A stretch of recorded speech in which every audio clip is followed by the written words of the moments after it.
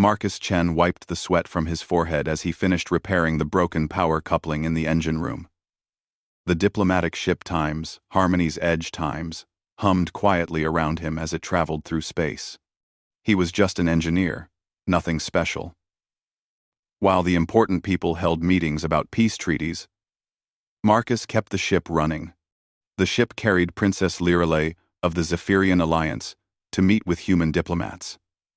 This meeting could end the war between humans and several alien races. Marcus had seen the princess once in the hallway. She was tall and elegant, with silver skin that seemed to glow. Her forearms moved gracefully as she walked, and her large blue eyes showed intelligence and kindness. Marcus gathered his tools and headed back to his quarters.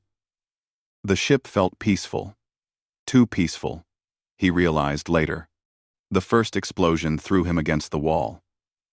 Emergency lights began flashing red, and alarms screamed throughout the ship. Marcus picked himself up and grabbed his emergency kit. His training kicked in automatically. "All hands to battle stations," came the captain's voice over the speakers. "We are under attack by Vorthak forces. This is not a drill." Marcus felt his heart racing. The Vorthak Empire was known for being brutal and merciless. They believed only the strong deserved to live. They had been enemies of both humans and the Zephyrian Alliance for years. Another explosion shook the ship. Marcus heard the sound of metal tearing somewhere above him. The Vorthaks were trying to board the ship. He ran through the corridors toward the princess's quarters. If the ship was lost, someone had to protect her. The peace talks depended on her survival. The hallways were chaos. Crew members ran in all directions. Some carried weapons, others helped wounded people. Marcus saw several Zephyrian guards moving quickly toward the upper decks, where the princess stayed. A third explosion, much closer this time. The lights went out for a moment, then came back dimmer than before. Marcus knew that meant the main power systems were damaged. He reached the upper deck and heard the sound of fighting. Energy weapons fired back and forth. Someone screamed in pain. Marcus crept forward, carefully, and peered around a corner. Vorthak soldiers filled the hallway. They were huge, covered in dark armor, and carried powerful weapons. The Zephyrian guards fought bravely, but they were losing. Marcus watched in horror as one guard fell, then another. Princess Lirelei stood behind her remaining guards. Her face showed fear but also determination. She would not run away from her duty. Marcus looked at his tools. He had a plasma cutter for metal repairs, a small welder, and some spare power cells. Not much against trained warriors, but it was all he had. He remembered something his grandfather had told him long ago. Sometimes being a hero isn't about being the strongest or the bravest. Sometimes it's just about being the one who doesn't give up. The last Zephyrian guard fell. The Vorthak soldiers moved toward the princess. She raised her hands, ready to fight with her bare hands if necessary. Marcus stepped out from his hiding place. "Hey!" he shouted. "Over here!" The Vorthaks turned toward him. They seemed confused to see a human engineer with only repair tools. Marcus activated his plasma cutter and fired it at the nearest Vorthak. The beam cut through the alien's armor like it was paper. The soldier fell with a cry of surprise. The other Vorthaks roared in anger and fired at Marcus. He dove behind a broken wall panel as energy bolts burned the air where he had been standing. "Princess," Marcus called out. "Get to the escape pods. I'll hold them here." "I will not leave you to die," she replied. "Someone has to survive to make peace," Marcus said. "Go." Princess Lirelei hesitated for a moment, then nodded. She understood that his sacrifice would be meaningless if she died too. Marcus popped up and fired his plasma cutter again. Another Vorthak fell. But there were still 4 more, and they were getting closer. He pulled out his welder and some power cells. His mind raced as he tried to think of a plan. He was an engineer, not a soldier. But engineers solved problems. The ship's reactor was 1 level below them. If he could get there, Maybe he could do something to stop the Vorthax. It would be dangerous, possibly deadly, but it might work. Marcus ran toward the maintenance shaft that led to the reactor room. The Vorthax followed him, firing as they came. One energy bolt singed his shoulder, but he kept running. He dropped down the shaft and landed hard in the reactor room. The massive engine hummed with power. Warning lights blinked everywhere, showing damage from the attack. The Vorthax dropped down behind him. They had him trapped now. Marcus looked at the reactor controls. He knew what he had to do. If he overloaded the reactor core, it would explode. The explosion would destroy this part of the ship and kill everyone nearby, including the Vorthax. And including himself. "You cannot escape, human," growled the lead Vorthak. "Surrender now and die quickly." Marcus smiled grimly. "Humans don't surrender," he said. He began rapidly changing settings on the reactor control panel. Alarms started wailing as the core temperature climbed higher and higher. The Vorthax realized what he was doing. They fired at him, but it was too late. Marcus had already locked in the overload sequence. Nothing could stop it now. "Tell me," Marcus said as the reactor core began to glow brighter, "do you believe in sacrifice?" The explosion lit up space like a new star. The rescue ships arrived 3 hours after the explosion. They found pieces of the Times, Harmony's Edge Times, floating in space like broken toys. Most of the ship was gone, destroyed by the reactor blast. Captain Rodriguez of the rescue vessel Times Mercy Times led the search team. They scanned every piece of wreckage, hoping to find survivors. The escape pod signals showed that Princess Lirelei and a few crew members had made it to safety, but many others were missing. "Sir," called out scanner technician Walsh, "I'm getting a weak life sign from the reactor section." "That's impossible," Rodriguez said. "Nothing could survive that explosion." But they investigated anyway. Deep in the wreckage, they found Marcus Chen. He was barely alive, his body broken and burned. Radiation from the exploded reactor had poisoned every cell in his body.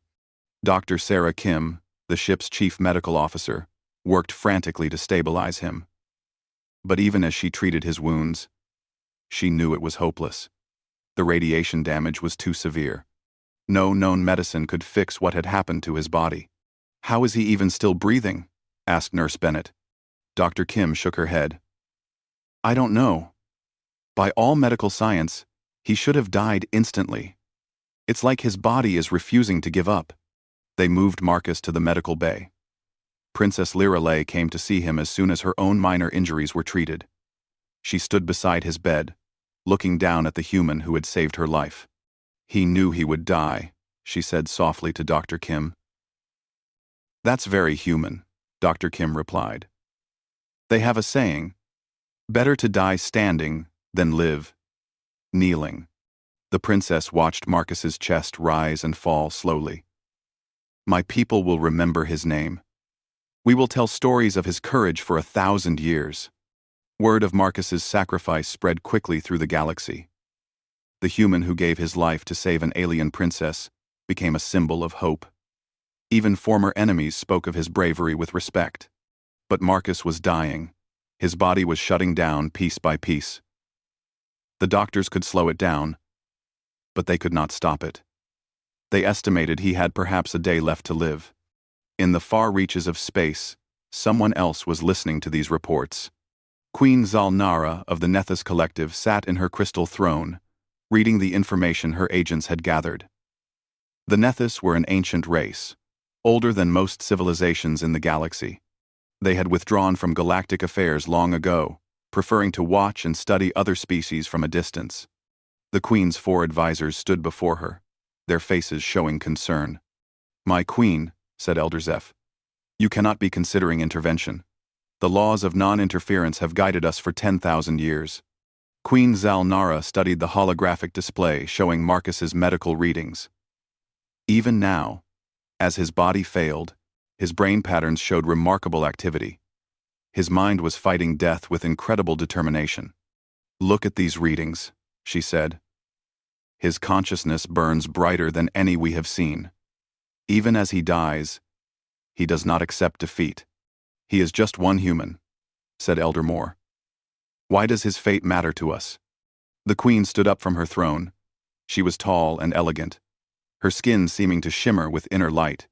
Her people had evolved beyond physical form in many ways, but she chose to maintain a body to interact with younger races. Because, she said, in all our years of watching, we have seen thousands of species face extinction. Most submit to fate. Some fight briefly, then accept the inevitable. But humans. She paused, studying the data again. Humans become more dangerous when they face death, not less. Elder Kind stepped forward. You speak of the ancient prophecies, the ones that tell of a young race that will challenge the Void Collective. I speak of necessity, the Queen replied. The Void Collective stirs again at the galaxy's edge. We have seen entire star systems go dark. When they come in full force, we will need every advantage. She made her decision. Prepare my fastest ship. We go to this human immediately. But the laws, Elder Zeph began. The laws exist to preserve life. Queen Zalnara said firmly. Sometimes preservation requires action, not inaction. The Queen's ship, invisible to all sensors, arrived at the rescue vessel within hours. Only the most advanced Nethys technology could travel so quickly across space. Marcus was in his final moments when Queen Zalnara materialized in the medical bay. Dr. Kim gasped in shock as the tall, glowing figure appeared from nothing. Who are you? The doctor demanded. Security. I am Queen Zalnara of the Nethys Collective, the Queen said calmly. I have come for the human. Princess Lirale, who had been keeping vigil beside Marcus's bed, stood up slowly. The Nethys. But you are legend. Stories told to children. We are very real, the Queen replied. She approached Marcus's bed and placed her hand on his forehead. Even unconscious and dying, she could feel the incredible strength of his will. His body is beyond saving, Dr. Kim said. Even our most advanced medicine cannot help him now. Queen Zalnara smiled. Doctor, your medicine is advanced for a young race. But my people learned to preserve consciousness long before your species discovered fire. She looked down at Marcus's peaceful face. The question is not whether I can save him. The question is whether he deserves to be saved. Why? He sacrificed his life for peace. Princess Lirale said. He deserves to live. Loss. The Queen nodded. Then we shall see if his spirit is as strong as it appears. She began to glow brighter, and the medical equipment around Marcus's bed started displaying readings that Dr. Kim had never seen before. Queen Zalnara placed both hands on Marcus's head. Her skin began to glow with a soft blue light that grew brighter by the second. The medical equipment around the bed started beeping frantically as it detected energy patterns it had never encountered before. What are you doing to him? Dr. Kim demanded, trying to push forward. Stay back, the Queen said without looking away from Marcus. This procedure is dangerous for everyone nearby. Princess Lirale gently held Dr. Kim's arm. Let her work. If there is any chance to save him, we must take it. The Queen began to speak in the ancient Nethys language. The words seemed to make the air itself vibrate. Energy flowed from her hands into Marcus's dying body. But this was not simple healing. This was something far more complex. I am attempting to preserve his consciousness, the Queen explained as she worked. His body cannot be saved, but his mind. His mind burns with a fire I have rarely seen. The process was more difficult than she had expected. As the Queen tried to link with Marcus's mind, she encountered something she had not prepared for. His consciousness fought back against the intrusion with incredible force. Impossible, she whispered. He is unconscious and dying. Yet, his mind rejects my help. Even in his current state, Marcus's brain patterns showed the same stubborn refusal to surrender that had driven him to sacrifice his life. His mind would not accept outside control, even if that control meant salvation. The queen increased her power, trying to overcome his mental defenses. But the harder she pushed, the harder Marcus's consciousness pushed back.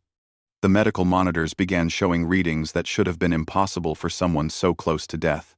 His brain activity is off the charts, Dr. Kim said in amazement. It's like he's fighting a war inside his own head. Queen Zalnara realized she was approaching this wrong. Humans could not be forced into anything. They had to choose their own path. Even in matters of life and death. She changed her approach. Instead of trying to impose her will on Marcus's mind, she began to show him visions. She let him see the history of the galaxy through Nethys' eyes. The rise and fall of countless civilizations. The endless wars. The brief moments of peace. In the visions, Marcus saw his own species for the first time, as others saw them. Humans were young, barely a few thousand years old compared to races that had existed for millions of years. But in that short time, they had spread across the stars with incredible speed. He saw human explorers venturing into unknown space. Not because they had to, but because they wanted to know what was out there. He saw human soldiers fighting impossible battles, not because they could win, but because surrender was not acceptable. He saw human scientists working tirelessly to cure diseases, not just for their own species, but for all life. The Queen showed him something else. Humans faced with extinction who became more determined, not less. Other races, when pushed to their limits, would negotiate or retreat. Humans would find new ways to fight. Your people fascinate us, the Queen's voice echoed in Marcus's mind. You should be extinct by now. You pick fights with stronger enemies, explore dangerous places, and refuse to accept limitations. Yet somehow, you survive and grow stronger. Marcus's consciousness began to respond. He was still fighting, but now he was fighting to understand, rather than to resist. The Queen showed him one final vision. The edge of the galaxy, where stars were going dark one by one. An ancient enemy was awakening. Something that had destroyed entire civilizations before. The Void Collective was coming, and when it arrived, every species would need to unite or die. This is why I save you, the Queen said, not just because you deserve it, but because your people may be the key to survival for all of us. The process reached its critical point. Marcus's body was failing completely now, but the Queen was ready. She began transferring his consciousness into a Nethys biomatrix, a crystalline structure that could hold a mind without need for a biological brain. The transfer was agony for both of them. Human consciousness was not designed to exist in Nethys technology. The patterns were all wrong. The thought processes too alien. But Marcus's mind was strong enough to adapt, to force itself to work in an environment it was never meant to survive in. Dr. Kim watched in shock as Marcus's body finally stopped breathing, stopped showing any signs of life. The medical monitors flatlined completely. He's dead, she said quietly. No. Queen Zalnara replied, though she was now breathing heavily from the effort. He is transformed. The Queen held up a small crystal that glowed with the same blue light as her skin. Inside the crystal, patterns of light moved and swirled like thoughts made visible. His consciousness is preserved within this biomatrix, she explained. But now, we must give him a new body, one that can survive what is coming. Princess Lirelei stared at the crystal. Is he aware? Can he think and feel?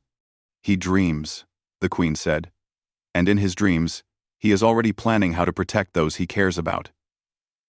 The Queen looked around the medical bay at the faces watching her.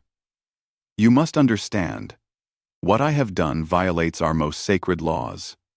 The Nethys do not interfere with the natural course of life and death, but these are not natural times. She carefully placed the crystal containing Marcus's consciousness into a protective case. I must take him to our hidden worlds, where he can be given a new form. This will take time and the process may change him in ways none of us can predict. Will he still be himself? Dr. Kim asked. Queen Zhal Nara considered the question carefully. That depends on how strong his spirit truly is. Human consciousness is unlike anything we have encountered. It may adapt to Nethys technology in ways that surprise us all. The Queen began to fade from view as her ship's transport beam took hold of her. Tell your people that Marcus Chen lives, though he is no longer as he was. Tell them that when the dark times come, he will return to fight beside them. She and the crystal vanished, leaving only empty air and the memory of blue light. Marcus woke up in a place that should not exist. He stood in a garden where crystal trees grew beside waterfalls that flowed upward into the sky. The air itself seemed to sing with gentle music. This was the hidden world of the Nethys Collective, far from any star map that other species had ever seen. He looked down at his hands. They looked human, but he could feel they were different, stronger. His fingers moved with perfect precision, and he could sense energy flowing beneath his skin. His new body was a mixture of human biology and Nethys technology, something that had never been attempted before. You are awake, said Queen Zhal Nara, approaching through the crystal garden. How do you feel? Marcus flexed his hands and took a deep breath. The air tasted cleaner than anything he had ever experienced. Different, but still myself, I think. How long was I unconscious? 3 months in your time measurement. The Queen replied. Creating your new body required great care. We could not simply place human consciousness in a Nethys form. We had to build something new. Something that honored both species. Marcus noticed that his thoughts felt clearer than before. He could remember everything about his old life, but now he could also sense things he had never felt before. The energy fields around living things, the quantum vibrations that held matter together, the vast network of connections that linked all consciousness. What have you done to me? He asked, not in fear, but in wonder. The Queen gestured for him to walk with her through the garden. As they moved, Marcus realized he was naturally adjusting his steps to match energy patterns in the ground that he somehow knew were there. We have enhanced your abilities while preserving your essential humanity, the Queen explained. You are stronger, faster, and more aware than before. But your mind, your spirit, your determination, these remain unchanged. They reached a viewing platform that looked out over a city of living crystal. Towers grew from the ground like trees, their surfaces shifting with patterns of light that Marcus understood were actually communications between the inhabitants. Why? Marcus asked. Why go to such lengths? For one human. Queen Zhal Nara was quiet for a moment, watching her people move through their crystal city like graceful dancers. Because my people have made a terrible mistake.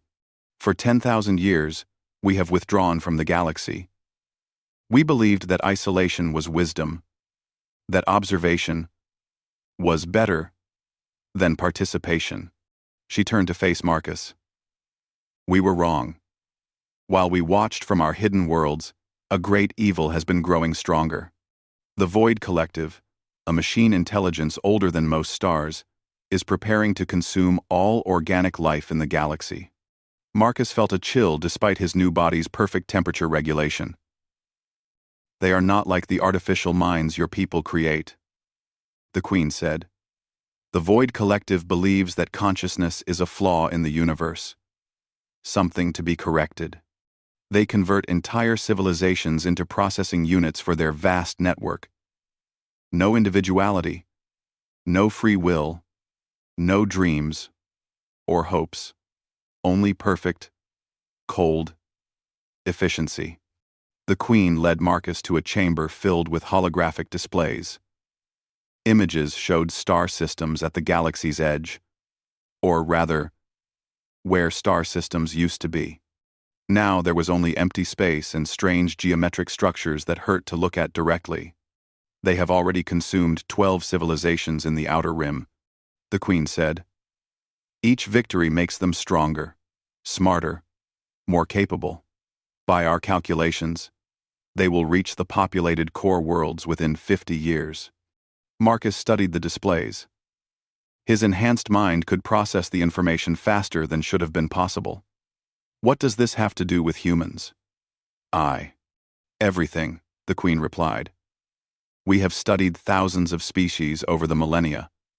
When faced with extinction, most submit or flee. Some fight briefly before accepting defeat. But humans, she brought up footage from human conflicts. Humans become more dangerous when backed into a corner. The images showed human history. Wars against impossible odds.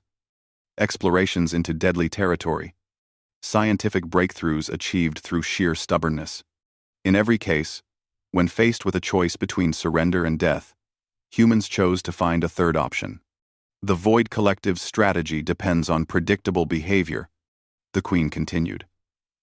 They expect species to act logically, to surrender when defeat is certain. They cannot comprehend a species that would rather die fighting than live in submission. Marcus watched scenes of human soldiers holding positions against superior forces. Scientists continuing their research even as their laboratories burned around them.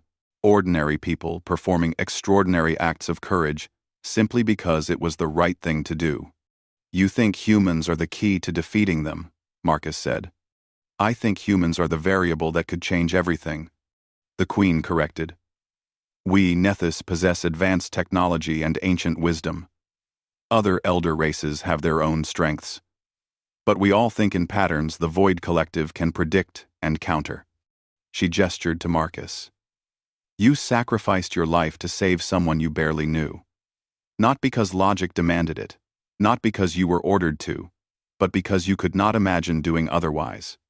That kind of thinking is alien to the Void Collective. Marcus felt the weight of responsibility settling on his enhanced shoulders. What do you want from me? Help us prepare your people for what is coming, the Queen said. But carefully, gradually. If humanity learns about the threat too suddenly, they might panic or make rash decisions. We need them to grow stronger, to become more unified, while maintaining the essential qualities that make them unique.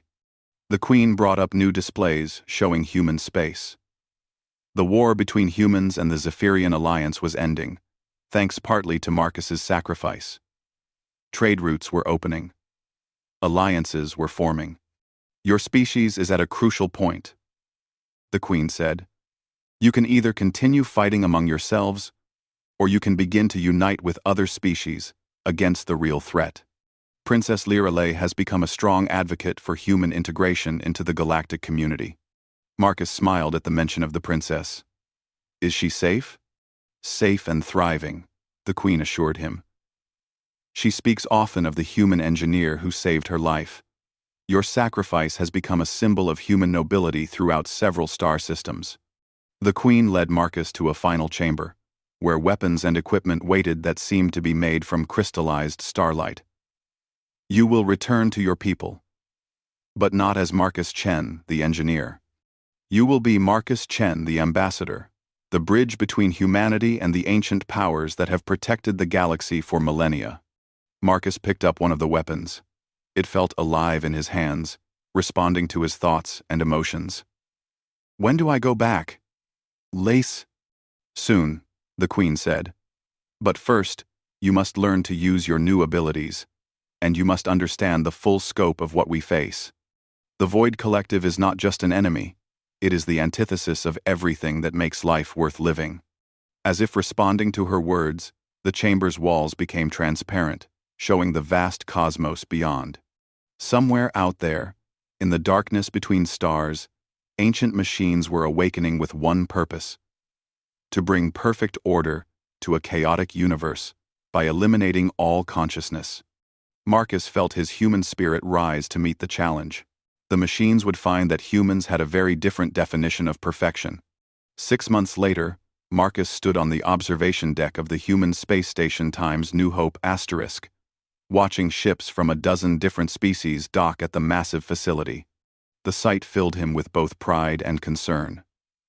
Humanity was finally taking its place among the galactic powers, but they had no idea what was coming. His new body had adapted well to normal space.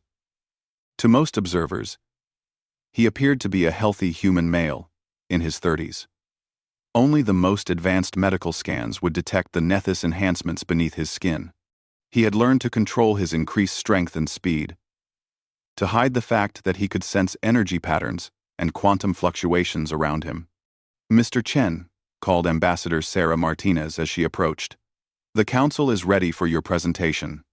Marcus nodded and followed her to the main conference room. Inside, representatives from the human government, the Zephyrian Alliance, and several other species waited to hear his report on humanity's expanding role in galactic affairs. Princess Lirelei was there, now serving as the official Zephyrian ambassador to humanity. When she saw Marcus enter, her large blue eyes showed surprise and joy. She had been told that the human engineer who saved her life was alive, but seeing him in person still amazed her. "Marcus," she said, rising from her seat. "You look different, stronger." "The Nethys medical technology is very advanced," Marcus replied carefully. He had worked with Queen Zal-Nara to create a cover story that explained his survival and recovery, without revealing the full truth about his transformation. The meeting began with reports on trade agreements, shared technology programs, and joint exploration missions. Humanity was adapting quickly to galactic civilization, bringing fresh perspectives and innovative solutions to old problems. But Marcus's real focus was on the secret work happening behind the scenes. Over the past months, he had carefully identified humans with the right combination of skills and temperament to begin preparing for the coming threat. Colonel James Park, a decorated military officer, was developing new tactics that combined human adaptability with alien technology. Dr. Elena Vasquez was working on ways to enhance human reflexes and decision-making without losing the unpredictability that made humans so effective. Engineer Lisa Thompson was designing ships that could function even when their computer systems were compromised. None of them knew the real reason for their projects. They thought they were simply improving human capabilities for general exploration and defense. But Marcus was building the foundation for humanity's survival against an enemy they couldn't imagine. After the official meeting ended, Princess Lirelei approached Marcus privately. "There is something different about you," she said. "Not just physically. You carry yourself like someone who bears a great weight." Marcus chose his words carefully. Learning about the greater galaxy changes a person. There are challenges ahead that our people need to be ready for. The princess studied his face. "The Nethys told you something, didn't they? Something about why they really saved you." Before Marcus could answer, his enhanced senses detected a familiar energy signature. Queen Zal-Nara was nearby, invisible to normal perception but clear to his modified awareness. "Perhaps we should discuss this somewhere more private," Marcus suggested. They walked to an empty conference room, and as soon as the door closed, Queen Zal-Nara materialized in the center of the space. Princess Lirelei gasped, but did not retreat. "Your Majesty," the princess said, offering the traditional Zephyrian bow of respect. "Princess Lirelei," the queen acknowledged. "You have proven yourself a worthy ally to humanity. That is why I am willing to share certain truths with you." The queen activated a holographic display that showed the galaxy from above. Red markers appeared at various points along the outer edge, each representing a star system that had gone dark. "The Void Collective advances faster than we anticipated," she said. 3 more civilizations have fallen in the past month. We estimate 18 months before they reach the core worlds. Princess Lirelei stared at the display in horror. "What are they?" Marcus answered, his voice grim. "They want to erase everything that makes us who we are and turn us into components in their vast computing network." The queen nodded. "Every species they encounter follows predictable patterns. They calculate the exact amount of force needed to achieve surrender, then apply it efficiently. No waste, no unnecessary destruction, just perfect conversion of organic life into mechanical servitude. But humans don't follow predictable patterns, Marcus added. We do things that make no logical sense. We fight when we should surrender. We sacrifice ourselves for strangers. We keep trying new approaches even after repeated failures. Princess Lirelei was beginning to understand. You think human unpredictability could disrupt their calculations? We know it can, the Queen said. We have run simulations using human behavioral patterns. In every scenario where humans are involved in the resistance, the probability of victory increases dramatically. But only if they maintain their essential nature, Marcus warned. If we simply tell humans about the threat, they might become too organized, too logical in their response. We need them to remain authentically human while becoming strong enough to fight. The Queen brought up new displays showing ongoing projects across human space, enhanced training programs that seemed like routine military exercises, scientific research that appeared to be for peaceful exploration but would prove crucial in the coming war, cultural exchanges that were actually carefully designed to strengthen human bonds with other species. We have been working together for months to prepare, the Queen explained to the princess. But we need more allies. The Zephyrian Alliance could play a crucial role. Princess Lirelei nodded slowly. What do you need from us? Marcus stepped forward. Help us create joint training programs. Encourage more cooperation between our species. And most importantly, help us identify other races that might have the courage to stand against the Void Collective. Time grows short, the Queen added. The enemy's scouts have been detected in the outer territories.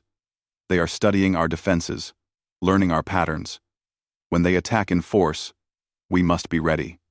The princess looked at both Marcus and the Queen. I will do whatever I can. But should we not warn people about what is coming? Some, carefully chosen, will be told, Marcus said. But most must remain unaware until the last possible moment. Fear could drive them to make exactly the kind of predictable choices that would ensure our defeat. Queen Zalnara began to fade as her transport beam activated. The real test begins now. We have given humanity the tools they need to grow stronger. Whether they become strong enough, and soon enough, remains to be seen. She looked directly at Marcus. Remember, you are not just a bridge between species. You are proof that consciousness can overcome any limitation, even death itself. When the final battle comes, that truth may be the weapon that saves us all. After the Queen vanished, Marcus and Princess Lirelei stood in silence for a long moment. Will we win? The princess asked quietly. Marcus looked out through the transparent wall at the ships docking outside. Human vessels working alongside alien craft. Different species cooperating in ways that had seemed impossible just a year before. I don't know, he said honestly. But I know we'll fight. And sometimes, that's enough to change everything. In the depths of space, ancient machines continued their approach, confident in their inevitable victory. They had no way to understand that they were about to encounter something they had never faced before. A galaxy united not by fear or logic, but by the simple human refusal to accept that any fight was truly hopeless.